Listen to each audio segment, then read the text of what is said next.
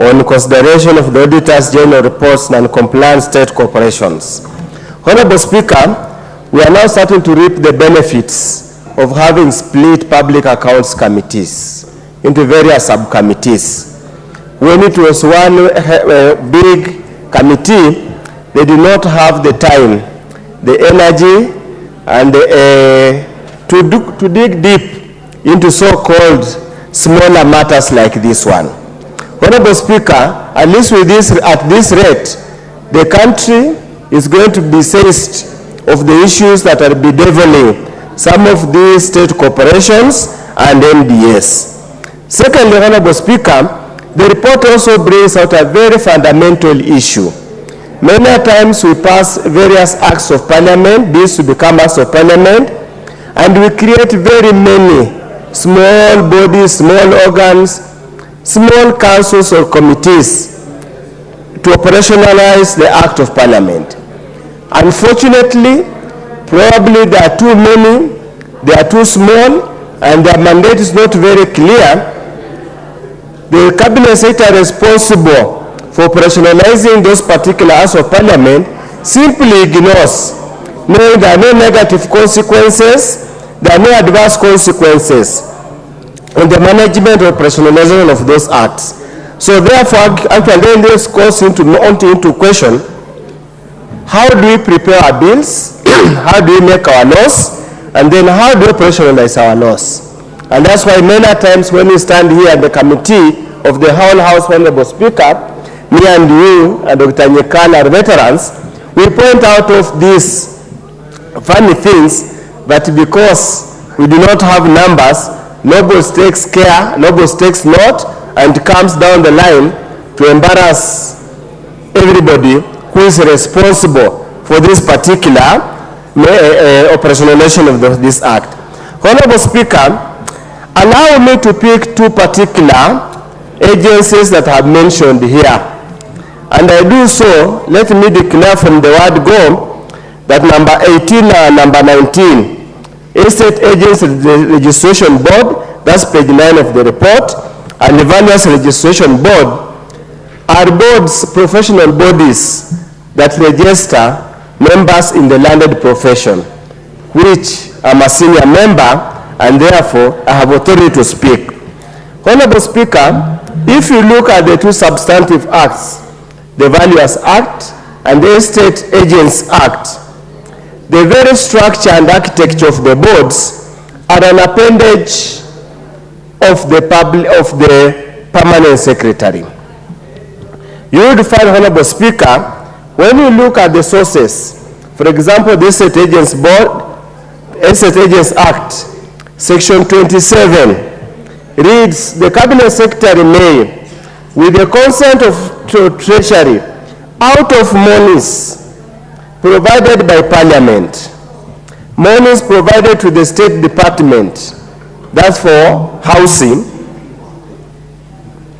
may make to the board such grants as may be necessary to enable it to discharge its functions under this Act. B. Pay remunerations and traveling and other allowances to members of the board other than the members who are public officers in receipt of a salary.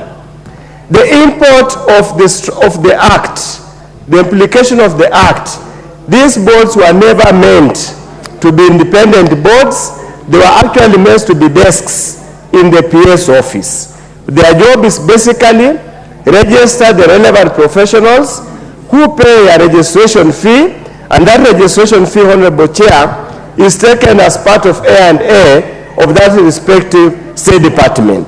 And that's why now it is important that the committee, says of this matter, need to relook at the architecture of this particular registration boards and find out how can they be made independent, how can they be made accountable, because they would simply say, we receive grants and we account to the parent ministry or permanent secretary for that particular purpose. Honorable Speaker, the other point of observation, and this is very critical, that there are some agents that now this established by executive order, the so-called, ambiguous executive order. When you establish a board an organized executive order, by the very import, is not a permanent or independent body, and it can be deregistered or de-established, so to speak, with the order of executive order at any particular point. And that's why I would imagine, naturally, they would therefore account their revenue through the respective department. But that said, not undone. Honorable Speaker, I want to commend the committee. They have brought out very salient issues that have never been part and parcel of debate in this country. And now the burden moves to the committee, the department committee of implementation. And Honorable Speaker, you see it in, I don't know if you see it in public, in the Business House Committee, or you see it in the Speaker's panel.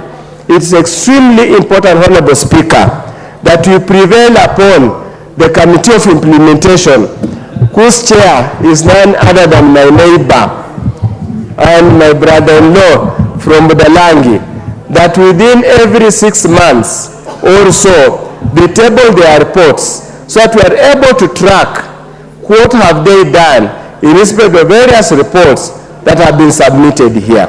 Honorable Speaker, this report has got very juicy and extremely important recommendations that should not be allowed to just lie there.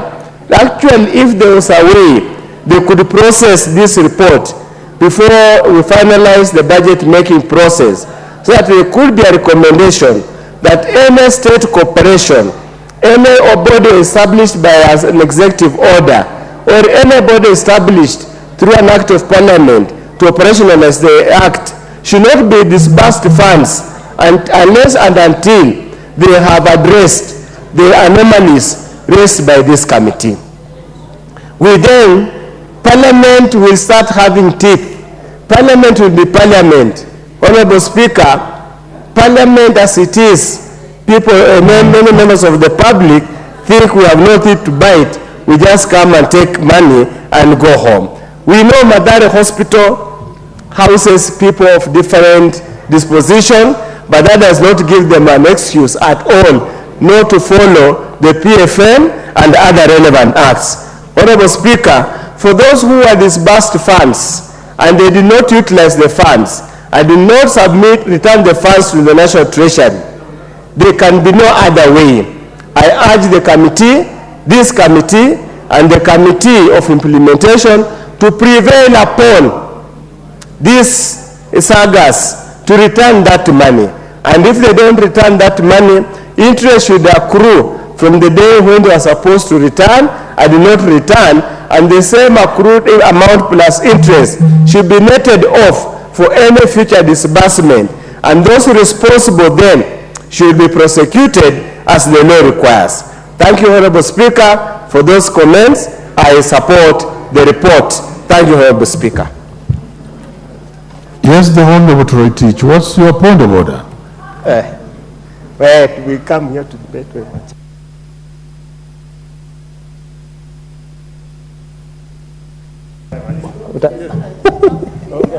Honorable Speaker, I rise pursuant to Standing Order number 95. Honorable